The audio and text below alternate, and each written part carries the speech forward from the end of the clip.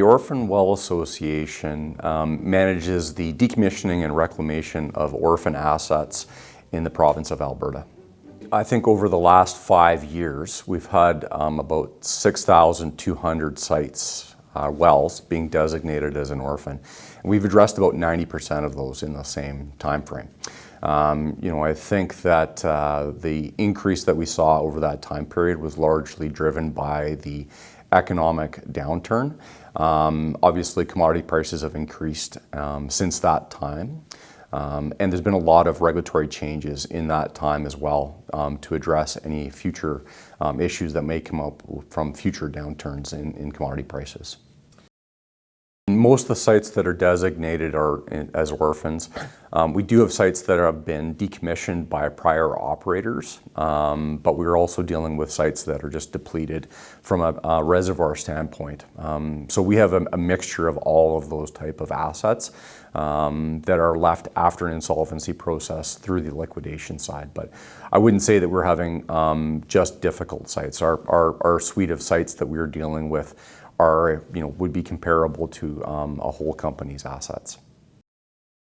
When the provincial government changed the legislation in 2020, it gave us the powers and capabilities to appoint a receiver. So a receiver comes in and they basically take over the management of a company. And at that point, then we can go through a liquidation process, sell any of the valuable assets to legitimate companies, and then anything that's not sold through that process would be orphaned. Prior to that, and part of the reason that legislation was changed, it was because of the Redwater decision from the Supreme Court of Canada, which changed or maybe confirmed the priorities, that environmental priorities came in front of some of the creditors, for example. So that's where we started taking over and appointing receivers. I think that was a strong move from the province to be able to those capabilities.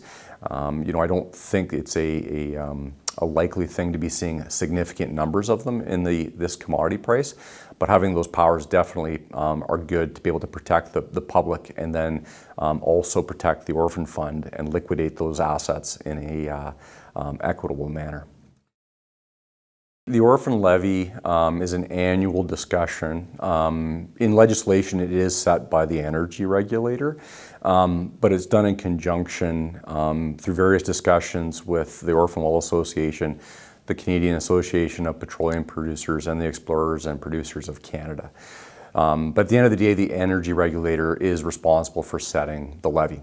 We provide a lot of information that would say, here's the number of sites that we have, here's the time frame we think which should be done, and then the AER provides additional information around distressed licensees or sites that are in insolvency processes or minority working interest sides that are with active licensees. And you put it all together, and that's how they come up with the levy.